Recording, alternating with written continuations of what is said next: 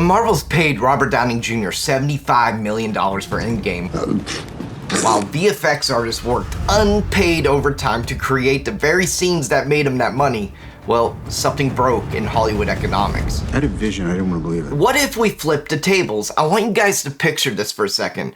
The final cut of a blockbuster is locked, right? We got the director, the A-list star, the caterer, even the intern who fetched the coffee. Like, none of them have been paid yet. Everyone's holding their breath because in this alternate Hollywood, nobody's getting a dime until the movie succeeds. Every salary would be a gamble. Would that lead to masterpieces driven by passion and commitment, or would it bankrupt the entire industry? Because yesterday I received a comment from James Fleming and he asked, I wonder what a film would really cost if everyone worked on spec and got points. And this literally stopped me in my tracks from editing the video this week. It's a great question, and it touches something a lot of creatives are feeling right now. Like, would movies be better if no one got paid up front? And would bloated budgets disappear, or would quality skyrocket? You see, last week we talked about how Hollywood actually is on the brink of collapse, right? But now we want to talk about Hollywood's economics because their system is broken. There is no lie about that. Studios pour millions into actors, producers, and directors before a single frame is shot. And more often than not, that money disappears into something forgettable. But what if that model was flipped? That's how most indie films already actually work. So today we're diving into how Hollywood's current pay structure works, the reality of working on spec, legal and financial systems that prevent back-end only deals, and why the solution isn't no pay, but it's more of fair pay. You see, the dream version sounds great, right? Everyone is motivated, every paycheck depends on the film's success. The grip, the makeup artist, the set director, they're all giving 110% because they're fully invested. With everyone watching the bottom line, maybe we'd stop seeing $20,000 espresso bars on set. And if your paycheck depends on the film actually doing well, you're going to aim for bold standout work. You're not going to be playing it safe, right? See, this world is actually built on shared risk and shared reward. But even in this dream scenario, there are traps, burnouts, underfunded teams, and a mountain of uncertainty because passion, it does not pay rent. Now, let's snap back to reality for a second because this dream falls apart pretty quickly. First, we have unions like SAG-AFTRA and IATSE. They are legally required to have a minimum upfront payment. And these aren't industry norms, they're protected by contracts. And secondly, most productions require a completion bond, which means it's a kind of like an insurance that protects investors, and no bond company will cover a film where no one is guaranteed to be paid. It is literally a legal and financial deal breaker. Then there's gap financing. That is where, distributors promise future money in exchange for rights right now. Like, you can't lock those deals without guaranteed salaries. So from a purely legal standpoint and no upfront pay system, it is essentially impossible for most legitimate productions to do. And also in countries like Canada, Germany, and France, deferred payments must be built into regulated co-production frameworks. Like, you can't just gamble your way through it. This is why legitimate productions use hybrid models, like modest upfront payments plus the back-end participation. Even if it were legal, it still wouldn't work. Most filmmakers, like myself, are freelancers, right? And what does that mean? That means that we gotta pay rent with our deposits, we gotta feed our families with retainers, and, with this system, it would take away that security and also delayed payments. Let's not forget about this because it's already a crisis. LBB Online reported that late checks actually destroy morale and force producers to front tens of thousands in cost. When creatives are actually worried about groceries, they're not thinking about storytelling, they're thinking about survival, right? And let's not forget Inequality. A-list stars already negotiate back-end deals, and they also get paid up front.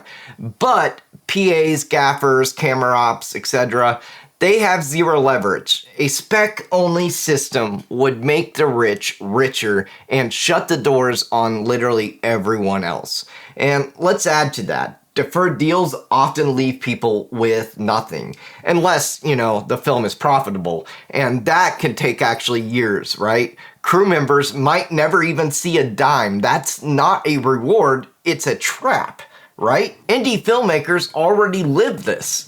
Like you and I, we live in this. And actually, just recently I was talking about a film set I was on where I was on for one day, and I still haven't been paid from that gig. They had a net 30, and it's actually a full legal thing going on, and it's a nightmare, right?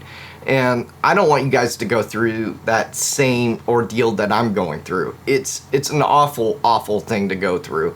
And, honestly, I feel like people can be taken advantage of as well working on this spec-only system. You guys know, we already live this, right? You write a script between jobs, you trade points for pizza, you shoot in borrowed spaces, you edit in your garage, and you ask your actor friend to bring their own wardrobe. That kind of grind can make magic happen. And we gotta think, like, every shot would matter. Every dollar would count. But it also leads to burnout. It does.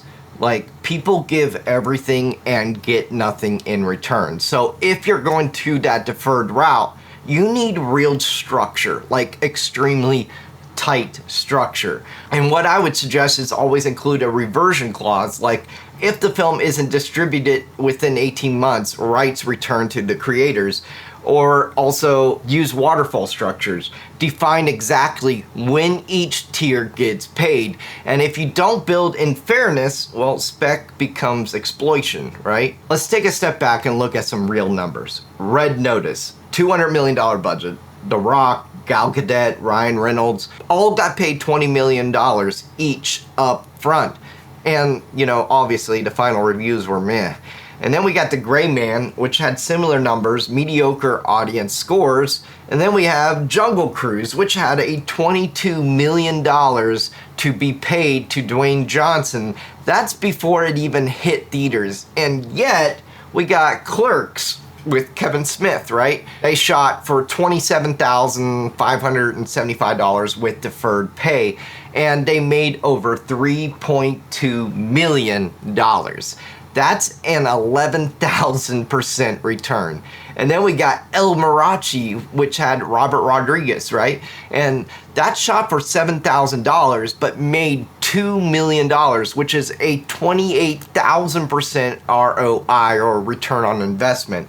And then we got my favorite, Keanu Reeves. Let's talk, for instance, The Matrix, okay? He shared up to $75 million of his profit with the stunt and VFX teams. Not as a PR stunt, because he literally valued their work and knew the situation that was happening. Robert Downey Jr., though, he made around $75 million for Endgame, most of it from profit participation, and that's actually just standard practice for stars, not only like him, but also with Tom Cruise, Leonardo DiCaprio. So yes, back-end participation can work, but it only works with trust, leadership, and structure. So the answer to that question isn't pay no one. The answer is fair pay, and that means modest upfront guarantees for survival, clear, transparent back-end shares, profit participation that includes more than just stars, financial models that work with legal limits like hybrid contracts. We're seeing it happen. The White Lotus tested equal pay, and then we have international co-productions in Europe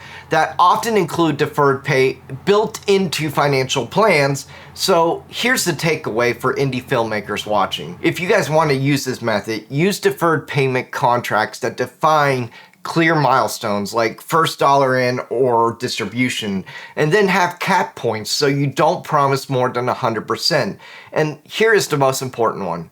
Be honest about the odds, and always offer something upfront if you guys can. And if you're building trust, not just hoping for miracles, you're building something real. So that's what it is, right? Like, I get it. You guys are probably working multiple jobs and, you know, doing whatever you guys can and doing the grind because you want to get your feature film out there. And let's just be honest, you know, crowdfunding is way, way, way oversaturated and it rarely works. So you guys are putting in the double time to try to get your feature film out there. And that's me too, you know. I got my own film projects I would love to get out there to the world. So would movies, though, be better if no one got paid up front? In theory, yes. In fantasy, maybe. In real life, though, not even close. Because behind every great film is a crew of working people with real lives, real bills, and real value. Like, you got to value yourself. And if you're not putting value in your movie, then no one else is going to see the value in you. Does that make sense? Like, you got to see yourself as valuable, and you got to see your film as a valuable piece. And that's when people, you know, start valuing you more and put more trust in you. So if you guys want to make better films, we have to all value the people making them. So let's stop paying for fame. Let's start paying for work. James, I honestly want to say thank you for this comment that you posted yesterday. It literally sparked a fire in me, and that is why I wanted to get this video out. Now, if this hit you guys hard, I encourage you guys to go watch last week's video right here. And that one just connects every dot we literally hit today. And if this one hit home to you today, like and subscribe and drop a comment below. Would you guys work for back-end points only? I'll see you guys in that next video.